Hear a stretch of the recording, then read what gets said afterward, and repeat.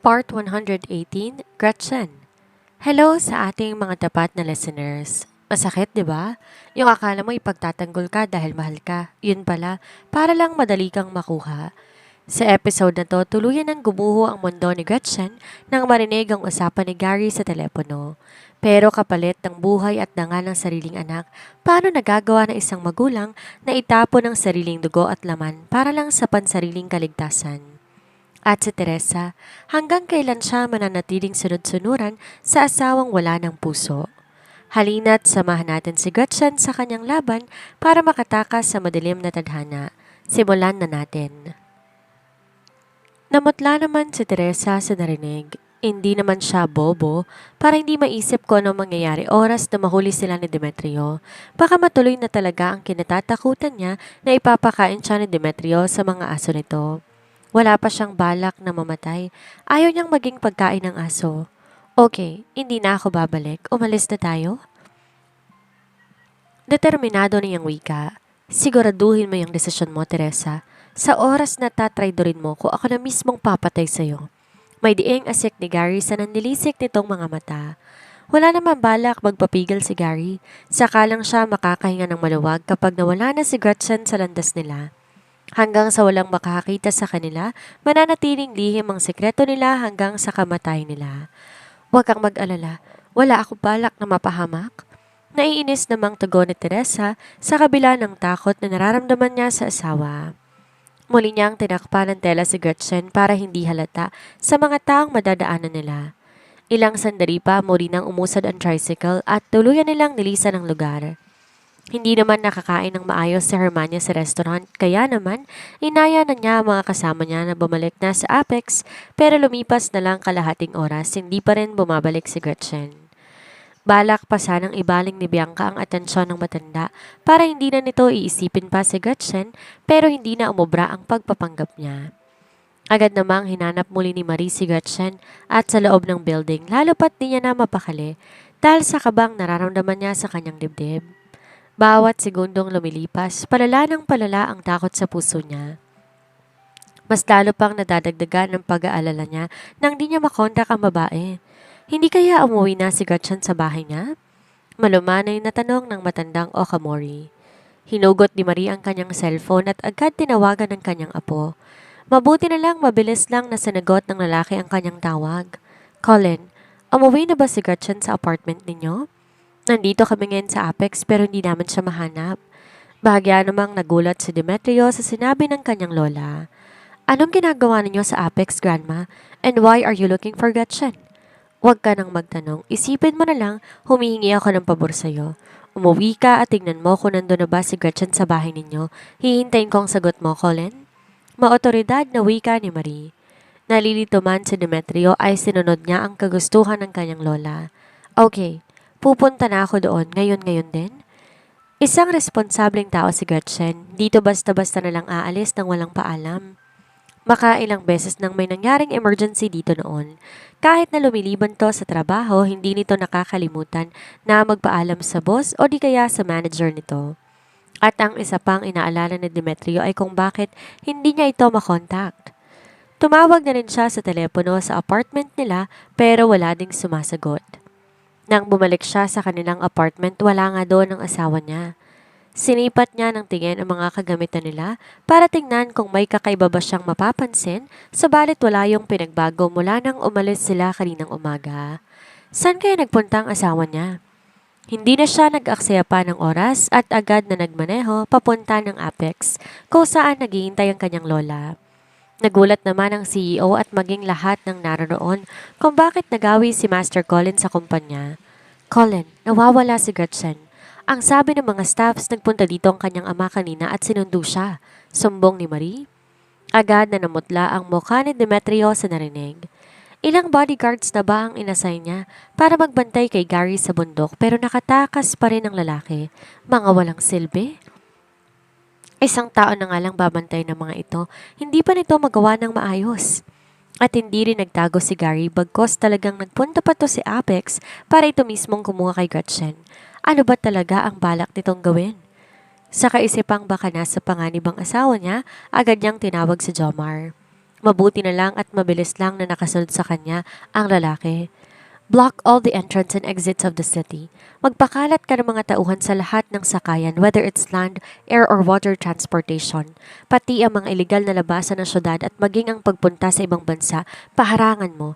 Retrieve all the surveillance cameras immediately. We must find Gretchen before everything goes late. Sigurado si Demetrio na may bakas pa ni Gretchen na maaaring maging lead para matunton kung nasan ngayon ang babae. Kung wala naman silang nakikita, posibleng nasa loob lang ng Apex ang asawa niya. Ang importante sa ngayon, mahanap niya ito, kahit pasang lupalop ng mundo man ito dinala ni Gary. His wife is pregnant for fuck's sake. Kapag may nangyaring masama dito, he will go through hell para lang maparusahan ng may sala. There will be no mercy anymore. Agad namang tumalima si Jomar sa utos niya. Pinagpawisan na malamig si Mr. De La Cruz sa presensya ni Master Colin sa loob ng building. Kahit pa kinakabahan siya, lumapit siya sa lalaki para magtanong. Master Colin, ano pong nangyayari? Baka may maitutulong po ako sa inyo? Mahinahon niyang bigkas. Nawawala ang asawa ko. At dito sa building siya mismo huling nakita kaya kailangan ko siyang mahanap kakaagad? Agad naman nakakuha ng atensyon ng lahat ang sinabi ni Master Colin. Totoo ba ang narinig nila? May asawa na si Master Colin, kung ganon kailan to nagpakasal? At bakit hindi ng publiko alam? Pero sa kabila ng mga katanungang yon, sinantabi ni Mr. De La Cruz ang kanyang kuryosidad. Nawawala ang asawa nito sa mismong building nila, kaya hindi yon isang simpleng problema lamang. Kaya naman, agad niyang inutusan ang naka-assign sa control room na ibigay ang surveillance footage ng isang oras kung kailan nawala si Miss Gretchen. Maraming empleyadong kumilos para mag-review sa takot na baka may nakaligtaan silang detalye. Mabuti na lamang at nakuhanan ng CCTV camera ang pag-alis ni Miss Gretchen. Matapos nitong makausap si Bianca, dinala nito ang ama sa may cafeteria. Nakita nilang sandali pang nag-usap ang dalawa bago dumaan sa backdoor exit ng building at saka tuluyan ang nawala sa surveillance camera. Nagsalubong ang kilay ni Demetrio habang pinapanood ang footage kung saan hawak-hawak ni Gary ang kamay ng asawa niya. Finreeze niya ang video at naghanap ng klarong angle pagkatapos ay inutusang muli si Jomar na ipadala sa mga agents na nakadeploy ang mukha ni Gary. Hindi naman mapakali ang dalawang matanda sa kasalukuyan na mangyayari lalo pat na pagtanto nilang mukhang nasa panganib nga si Gretchen. Namumula na sa pag-iyak ang mga mata ni Hermania. Kailan pa lang niya nalaman na posibleng si Gretchen ang apo niya tapos mawawala ulit to sa kanya nang hindi pa niya nakakausap? Sila din ba ang kumuha kay Helena nang bata pa siya? Tapos ngayon kukunin nila ulit ang apo ko? Sana walang masamang mangyayari kay Gretchen. Humihikbing sambit ni Hermania. Habol na niya ang kanyang hininga. Pakiramdam niya anumang oras hihimatayin siya dahil sa labis na pag-aalala. Huwag kang mag-alala, Grandma. Walang mangyayaring masama kay Gretchen. I swear that I will definitely bring her back. May diing bigkas si Demetrio. At ilang sandali pa isang panibagong luxury car ang uminto sa tapat ng Apex Production. Lumabas sa isang may katangkarang lalaki mula sa sasakyan at nagmamadali na pumasok sa loob na walang iba kundi si Warren Okamori. Masyado siyang nagulat. Nabalita na buhay si Helena at nang makita niya ang reaksyon ng kanyang ina. Agad siya na lumapit dito. Kaminahon ka lang, Mom? Pag-aalo niya sa matandang babae nang makita naman ni Hermania ang kanyang anak ay mas lalo lamang siyang napaiyak. Si Helena na lang ang bukod tanging alaala niya sa yumao niyang anak na si William. Bakit napaka-miserable ng buhay na meron si Helena? Warren, bakit ang lupit ng tadhana sa kanya? Sandali pang kinausap ni Warren ang kanyang ina para kumalma bago niya nilapitan si Colin para kausapin. Iho, agad talaga ako nagpunta dito nang mabalitaan ko ang nangyari.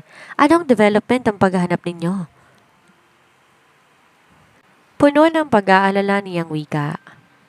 Subalit na natiling matigas sa ekspresyon sa mukha ni Demetrio. I'm glad that you are well informed, Uncle. Malamig niyang turan.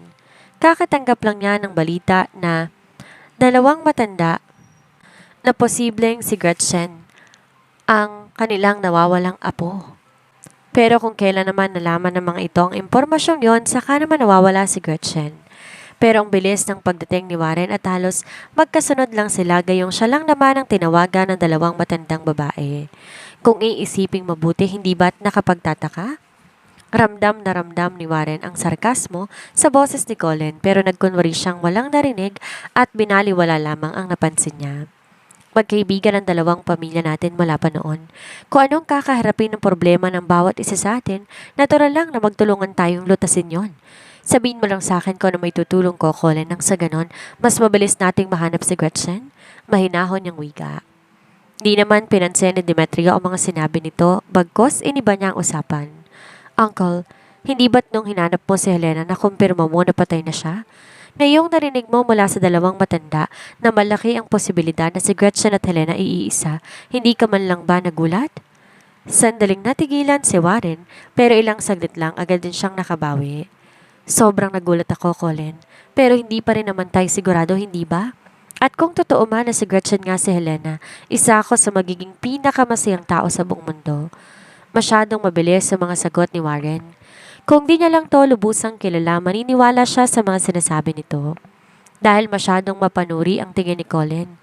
Agad binaling ni Warren ang kanyang atensyon sa kanyang ina na patuloy pa rin sa pag-iyak. Huwag kang mag-alala, Mom. Nagpakalat na rin ako ng sarili nating mga tauhan para tumulong sa paghahanap kay Gretchen. May larawan ba kayo ng suspect at pati na rin kay Gretchen? Ipapadala ko sa mga tauhan natin para magamit nila at maipakalat sa buong syudad. Nang marinig ni Hermania ang sinabi ng kanyang anak, agad niyang binalingan ang assistant ni Colin. Jomar, hindi ba't may larawan ka ng footage kanina? Pwede mo bang ipakita sa anak ko? Di naman kayang tanggihan ng lalaki si Madam Hermania, kaya naman nilahad niya ang larawan kay Mr. Warren Okamori. Matamang pinagmamasdan ni Warren ang larawan ng dalawang tao. Di niya mapigilang mapaismid. This woman has been sneaking out in his mother's life. Nung una niya tong makita, may naramdaman na siyang kakaiba dito. I will immediately tell my man to make thousands of copies with his photos nang sa ganun mas mapabilis natin ang paghahanap sa kanya. Mataman namang pinagmasdan ni Colin si Warren habang pinag-aaralan ang mga kilos nito. Wala siyang tiwala sa lalaki. Sa tuwing nakikita niya ito, iba talaga ang pakiramdam niya. Pero wala naman siyang sapat na ebidensya sa mga hinuha niya. Isa pa, si Gretchen ang mas importante ngayon. Mas mainam na maraming nakakaalam at maghahanap sa babae nang sa ganon mas madali nila itong matatagpuan. Wala naman sigurong masama kung sasamantalahin niya ang tulong na inaalok ni Warren.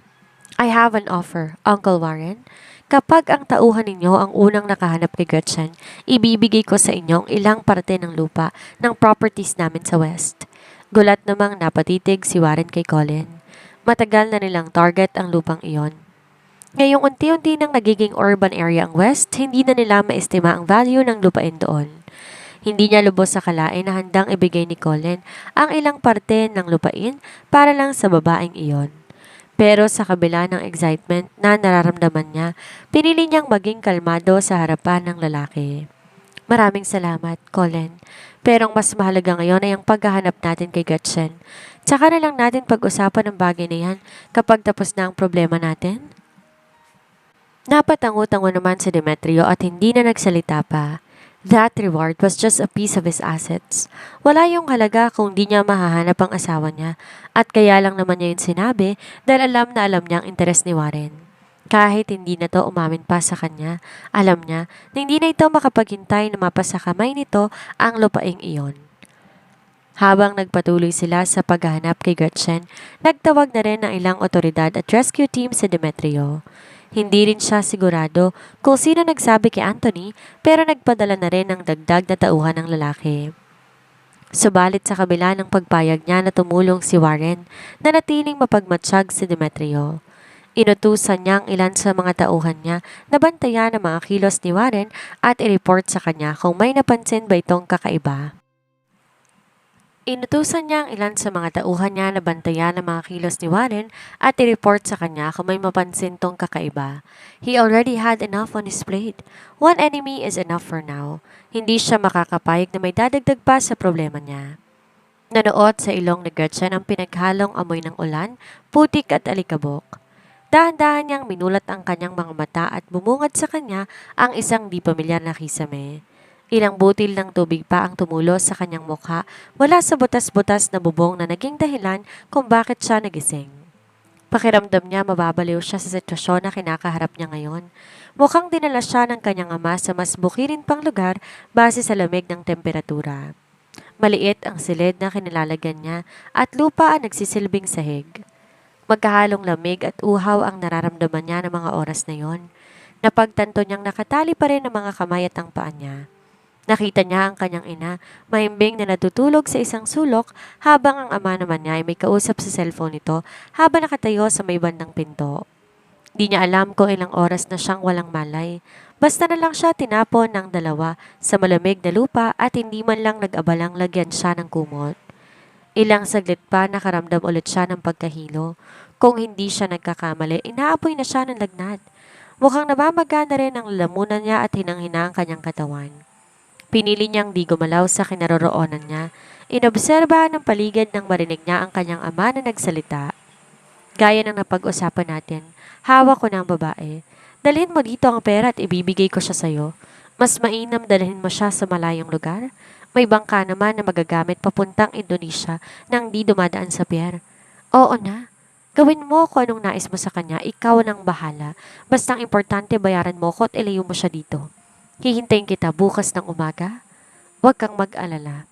Nakita ko kung paano siya lumaki. Hindi siya makakatakas sa'yo. Kailangan ko siyang ibenta sa'yo para matapos ng problema ko. Mabilis na nikip ang kanyang dibdib. Di siya makapaniwala na hindi lang kidnapping ang gagawin nito. Nais pa siyang pagkakitaan ng lalaki. Nakalimutan na ba talaga ng kanyang ama na anak na siya nito? Kahit na hindi maganda ang trato nito sa kanya, hindi niya inaasahan na ganito na pala kasama ang pamilya niya. Hindi niya tuloy maiwasang makaramdam ng pandalamig, kasabay ng di matatawarang sakit at galit sa damdamin niya. Naikayom niya ang kanyang mga palad, mariin na napapikit. Hindi niya alam kung ano ang nagawa niyang mali at nais siya nitong gawa ng masama. Bakit kaya bigla na lang siya nitong naisipan na ibenta? Dahil ba wala itong pera? O dahil may tinatago to sa kanya at sa mga taong iniiwasan nito? Balak ba siyang patahimikin ni Gary kahit nais niya itong patapon sa malayo? Agad na sumagi sa isipan niya ang mga balitang nakikita niya sa telebisyon tungkol sa mga babaeng ibinebenta sa mga sindikato kung saan ginagawang parausan at tagabigay ng aliw sa mga kliyente nito. Maaatim ba talaga ng mga magulang niya na ganon din ang magiging kahihinat na niya? Hindi. Hindi siya makakapayag na mangyayari yon sa kanya. At wala siyang balak umupo lang doon at hintayin ang mabait niyang kapalaran sa kamay ng pagbabentahan nito sa kanya. Galit na galit siya at sa ginawa ng mga magulang niya sa kanya ngayon mukhang mahihirapan na siyang patawarin ng mga ito. At ang galit na yun ang gagamitin niya para makatakas sa dalawa. Dapat hindi na siya umasa pa na magbabago ang mga magulang niya. Nang ipagtanggol siya ni Gary laban kay Bianca, nagkaroon na siya sa puso niya ng pag-asa na magiging maayos pang pamilya nila. Pero nagkamali siya. Hindi na siya dapat pang nagtiwala kay Gary. Ngayon, hinaharap na niya ang kabayaran ng kahinaan niya. Naka-move on na siya sa nangyari sa kanya noon mula sa kamay ng mga magulang niya. May panibagong buhay na siya. Buhay na kasama sa Demetrio at ang magiging anak nila. Kaya kailangan niyang iligtas ang sarili niya para may pagpatuloy ang buhay na meron siya ngayon. Nakita na natin ang tunay na kulay ni Gary. Pero paano naman si Warren Okamori? Bakit tila mas interesado siya sa lupain sa West kaysa sa kaligtasan ng kanyang pamangkin? At bakit ganun kabilis ang pagdating niya sa Apex? Habang abala lahat sa paghahanap, tila may mas malalim pang laro ang nagaganap sa likod ng mga kortina. Maging ligtas pa kaya si Gretchen ngayong ang mga taong dapat tumutulong ay tila may sariling agenda? Grabe na ang tensyon. Muli po tayo magkita-kita sa susunod nating kabanata. Maraming salamat sa inyong walang sawang pagsuporta.